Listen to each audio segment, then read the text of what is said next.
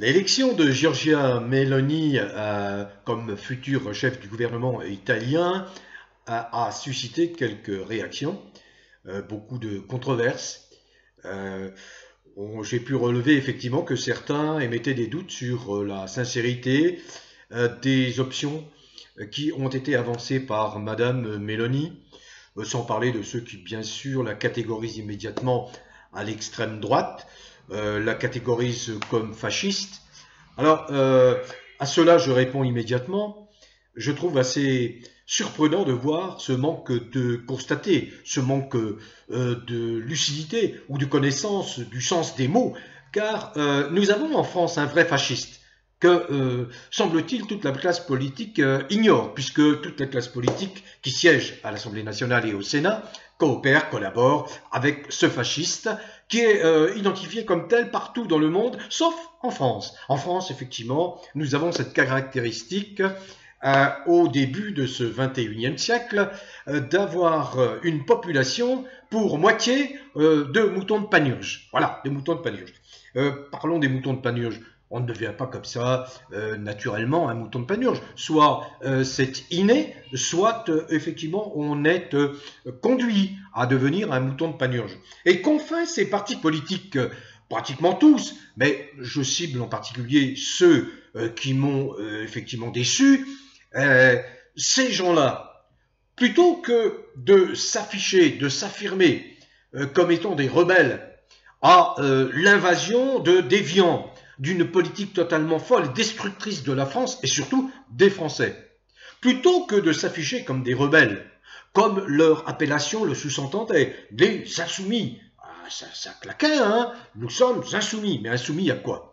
Insoumis à quoi? Il aurait été effectivement très appréciable et apprécié par de nombreux Français modestes qui en bavent, qui souffrent.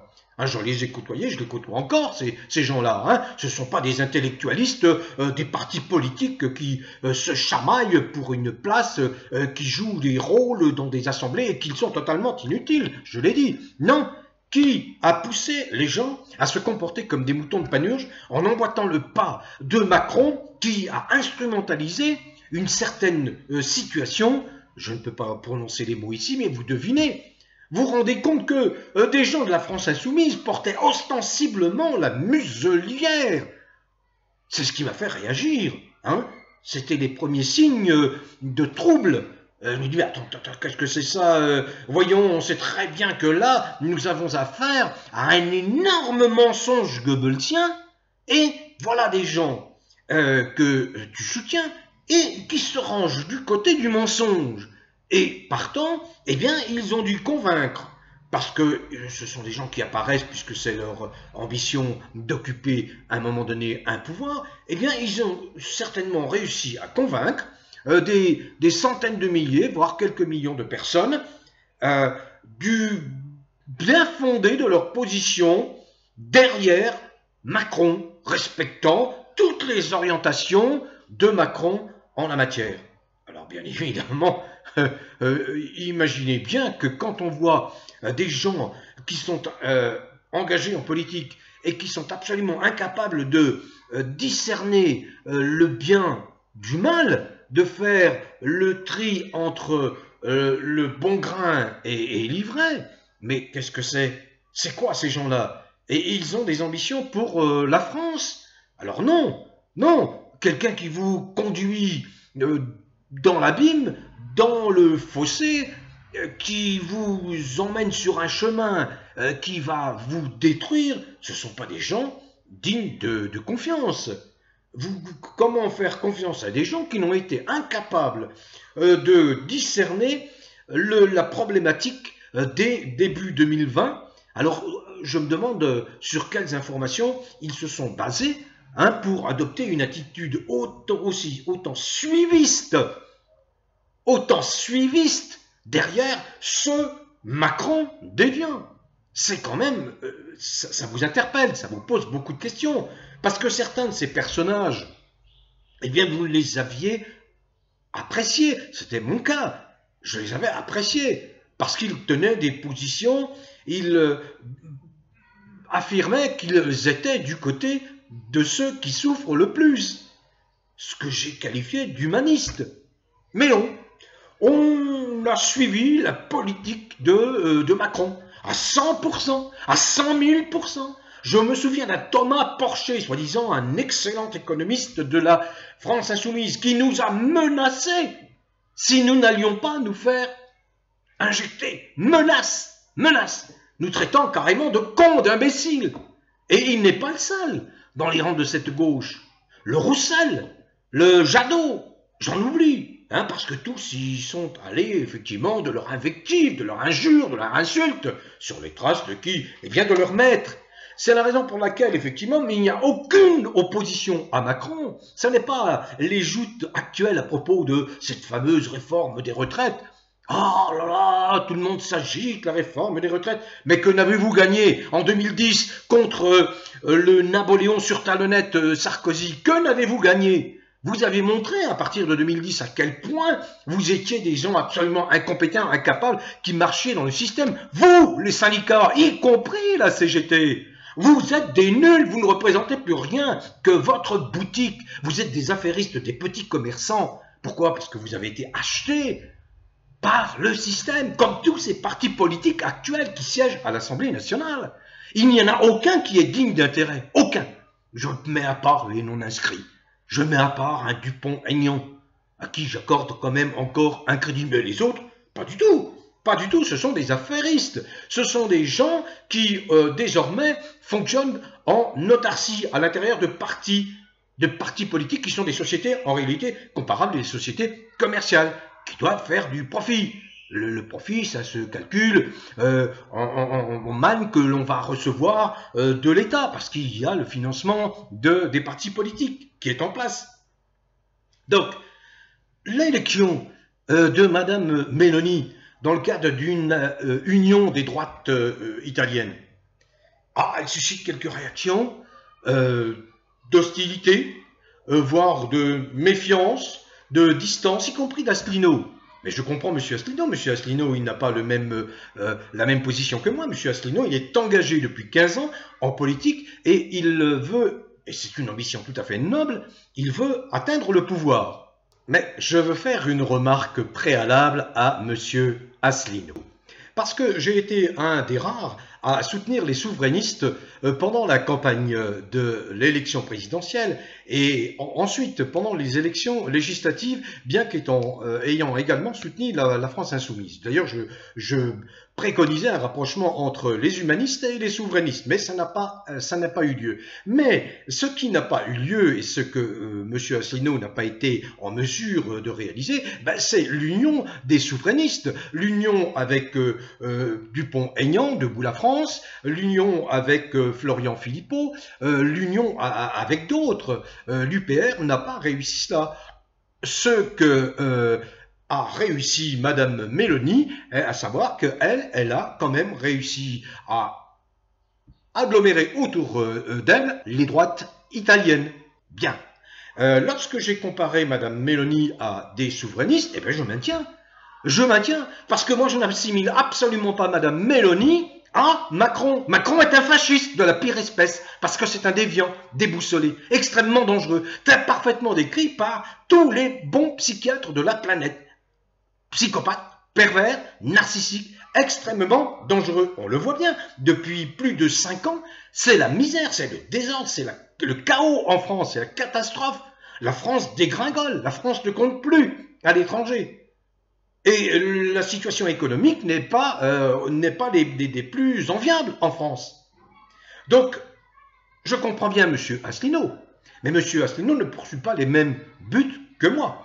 Je comprends ses réserves vis-à-vis de Mme Meloni, mais je m'en tiens, moi, à ce qui est un dicton qui devrait intéresser tout le monde et dont tout le monde devrait se souvenir. Il ne faut juger les gens qu'aux actes. Aux actes. D'accord? Mme Meloni n'est pas une fasciste, certainement pas.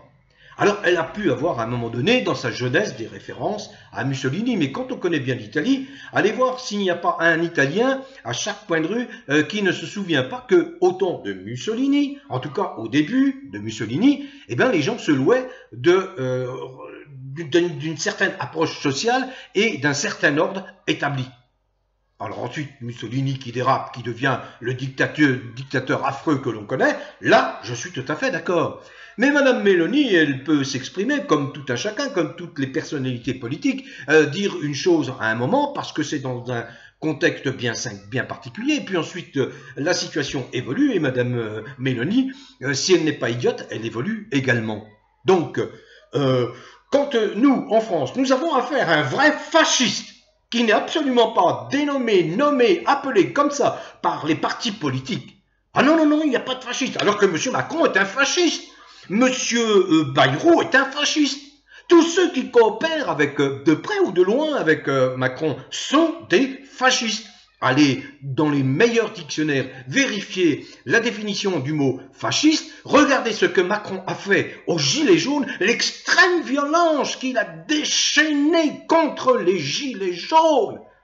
J'ai jamais vu 30, 40 000, 50 000 personnes âgées qui sont mortes parce que M. Macron a donné l'ordre personnellement d'injecter du Rivotril à ces personnes âgées et de surcroît fait extrêmement aggravant. Il a interdit les soins, c'est-à-dire qu'il a interdit à la médecine d'exercer son office, c'est-à-dire soigner, alors qu'on savait très bien qu'il y avait des molécules, l'ivermectine, l'hydroxychloroquine, la vitamine C, la vitamine D, l'artémisia, beaucoup de molécules, de médicaments qui étaient susceptibles de bien soigner également. Mais non, non, non, non. Et personne n'évoque ce crime.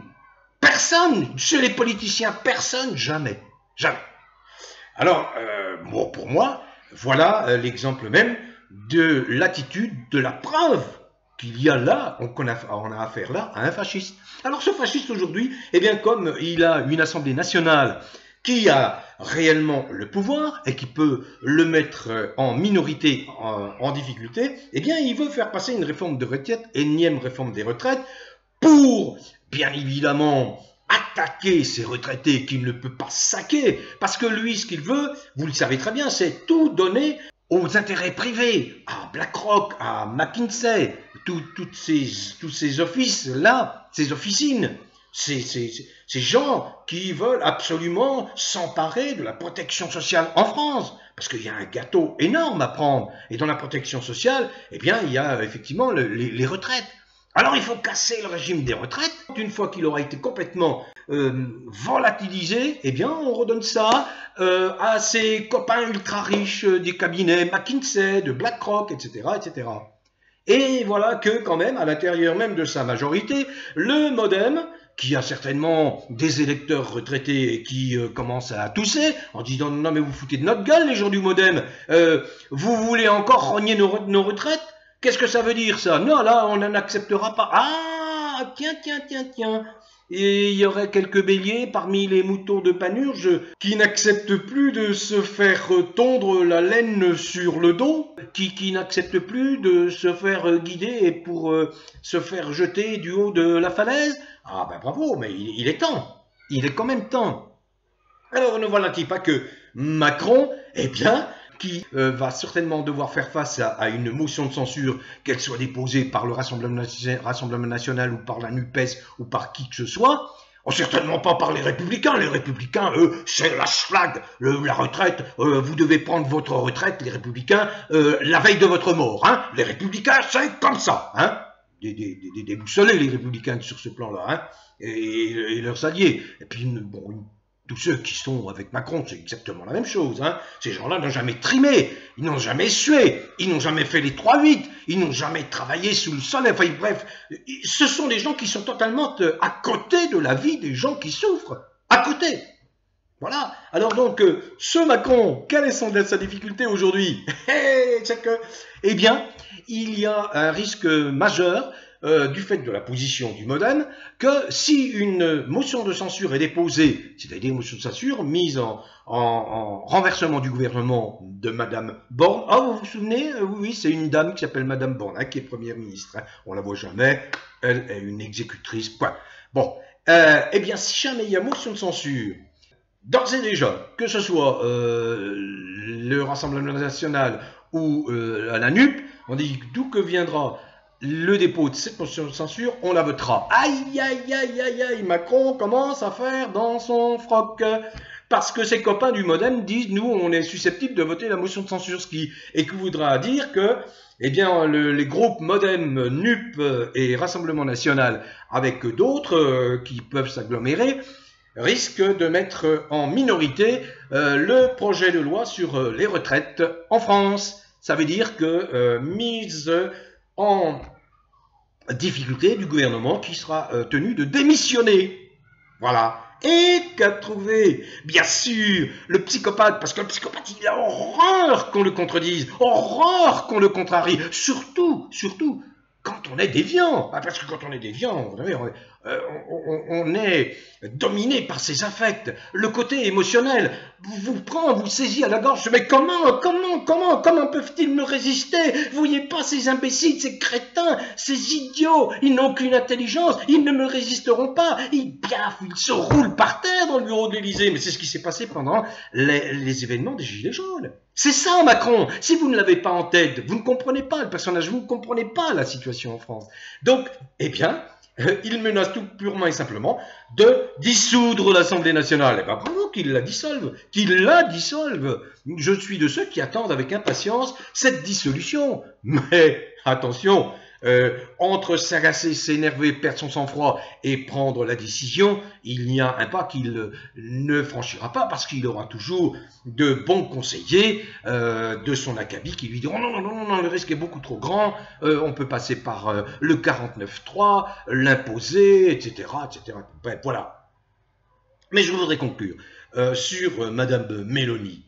Bien évidemment, lorsque je me réjouis, moi, de l'arrivée de Madame Meloni, ben c'est parce que elle a battu des gens du système. Alors certains disent oui, mais on l'a entendu s'exprimer, elle est quand même du système. J'ai entendu l'argument d'Asselineau qui dit que oui, mais enfin elle a tellement été médiatisée qu'on peut difficilement lui accorder un crédit. Par ailleurs, elle n'annonce pas, Franco, son intention de quitter l'Europe, de quitter l'OTAN, de quitter tout ce système.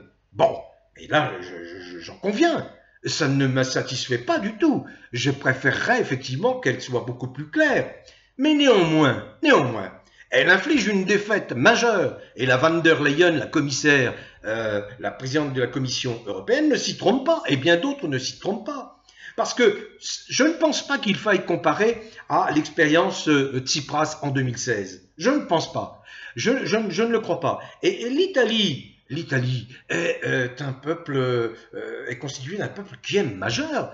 Les Italiens ont fait montre d'une cohérence, une grande cohérence, bien plus cohérent que les Français qui sont encombrés par des moutons de Panurge. Les Italiens ont dit on en a ras le bol de votre système qui ne nous permet pas de vivre décemment. Eh bien, nous nous orientons vers ceux vers lesquels nous pensons avoir le plus de satisfaction. Où est la gauche italienne? Où elle est la gauche italienne? Pouf, volatilisée. Elle n'existe pas. Elle n'est pas crédible. Alors que font les gens? Quelle offre ont-ils ces Italiens? Eh bien, il faut respecter leur choix. C'est un coup de tonnerre que, n'en déplaise à certains bien pensants, extrêmement bons analystes, vous savez, des théologiens de la politique, hein, qui pontifient, à partir du moment où ils ont parlé, eh bien, c'est parole sacrée. Eh bien non, ce n'est pas parole sacrée, là c'est parole de Verdi. Verdi agit toujours en observateur et en plaçant comme priorité dans son analyse le bon sens et l'objectivité. Donc le peuple italien, faut-il le condamner parce qu'il a choisi Madame Meloni? Eh bien non, il a choisi en son âme et conscience. Et il a bien mieux choisi que les Français, sous réserve que cette élection présidentielle ait été une élection présidentielle normale, parce qu'il y a fort soupçon de trucage, mais les Italiens ont bien mieux choisi que les Français, hein, qui ont redonné un passe droit, on va dire, un passe droit au Macron. Et on voit où l'on en est. Alors moi je salue cette option des Italiens. Et Mme Meloni, eh ben, elle est quand même piégée. Si elle n'est pas honnête, si par un curieux phénomène, elle devait se dédire, ne plus honorer aucun de ses engagements, eh ben elle se retrouverait comment? Elle se retrouverait avec un peuple italien parfaitement déçu, qui est bien capable d'ériger des barricades, bien plus capable que les Français, à l'exception des Gilets jaunes, merveilleux Gilets jaunes, merveilleuse période, et j'espère bien qu'ils vont refaire surface, ces Gilets jaunes, et très rapidement, parce que nous, les partis politiques, c'est terminé, c'est terminé. Encore une fois, je vais conclure là-dessus, ça n'est pas pour moi donner un blanc-seing à Mme Meloni, mais c'est saluer l'événement en Europe, car il n'y a pas que l'Italie, mais l'Italie a posé un acte politique extrêmement fort, parce que c'est au niveau des institutions de l'Italie que le changement est intervenu. Les Draghi, tout ça, faut pas croire qu'ils sont copains avec les Meloni, c'est faux. Alors, encore une fois, ce n'est pas un blanc-seing que je donne à Madame Meloni, moi je vais l'observer comme le lait sur le feu. Et il y a, je l'ai dit hier, une position vis-à-vis du respect de la nature contre les extrémistes LGBT, contre toutes ces dérives transhumanistes qui me convient parfaitement.